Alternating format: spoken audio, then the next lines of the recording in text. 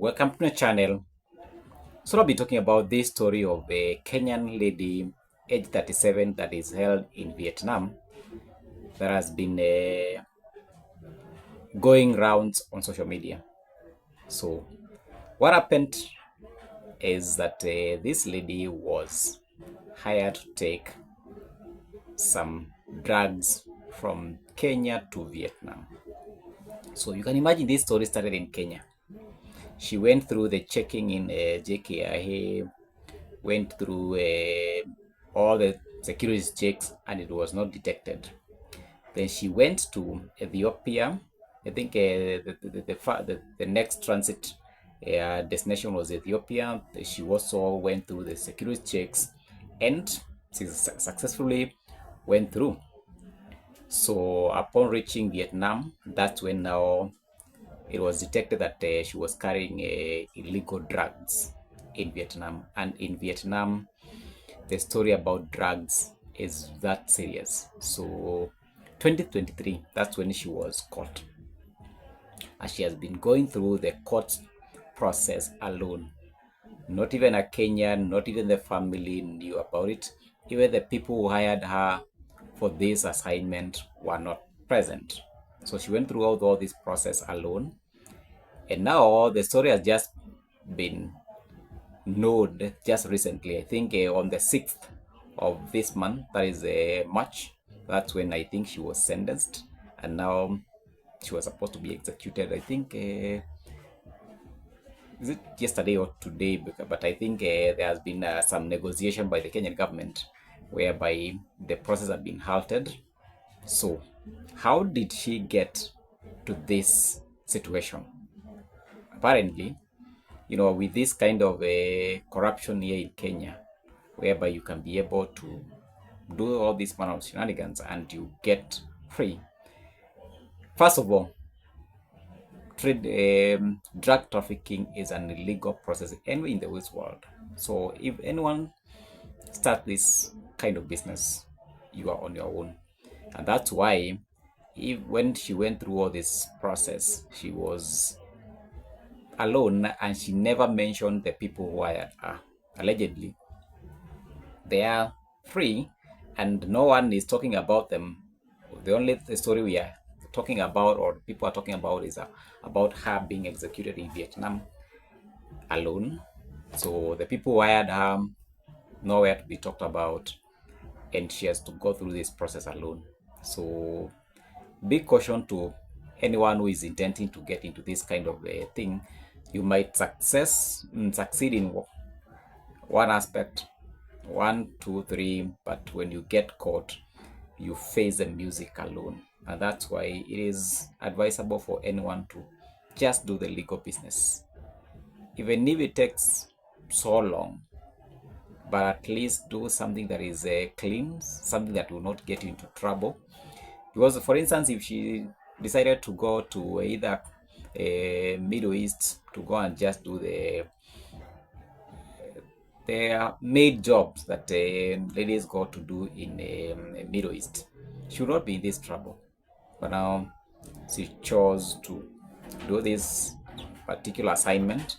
Yeah, from the stories that she was paid 168,000 down payment to transport that product to Vietnam.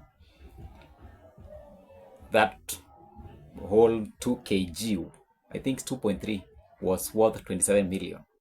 So you are paid only 168,000 for you to risk your life. If she was paid millions, at least our family could have been left with something tangible, but 160,000 is very little. That is even an amount that you can be able to spend in a month and you get broke. So I think she risked too much for very little. That is the alleged story, right? So currently, from the stories that are trending online, is that the process of execution has been halted. The government is trying to negotiate for her to be released and to be tried in Kenya. Probably, that will succeed and she'll be brought home in Kenya. And Well, hopefully that is going to happen. If it doesn't happen, she is going to face the execution in Vietnam.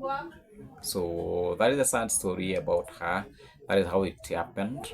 And my caution to young people, just to clean business. Even if it takes centuries, it takes so long, but at least do something that is not going to endanger your life, not to put your family members at this kind of a stressful life. Yeah, so I've seen so many stories whereby some are alleging that former president has negotiated for a release. Others are saying that the president has done it.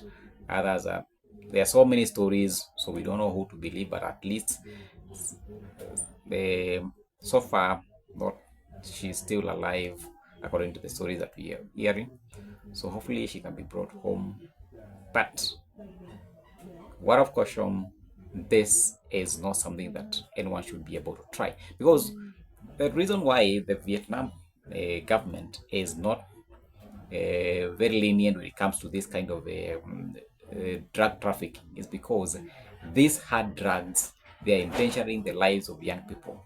You can imagine that 2 kg, if they got she got she succeeded in delivering the product to wherever she was taking to.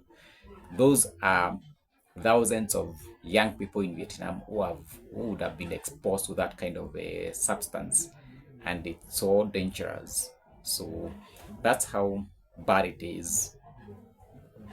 Drugs, they are destroying lives of people, and that's why any government in this world should be able to protect its people.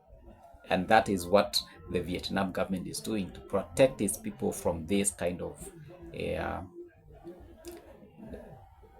substance that destroy lives of people, right? So, well, let me know what you think about this whole situation, and hopefully our Margaret NDUTA will be safe, come home, face life sentence, because here in Kenya there is no, I think death penalty is no longer available, so you only face life sentence, which is still not good at. Thank you. Goodbye.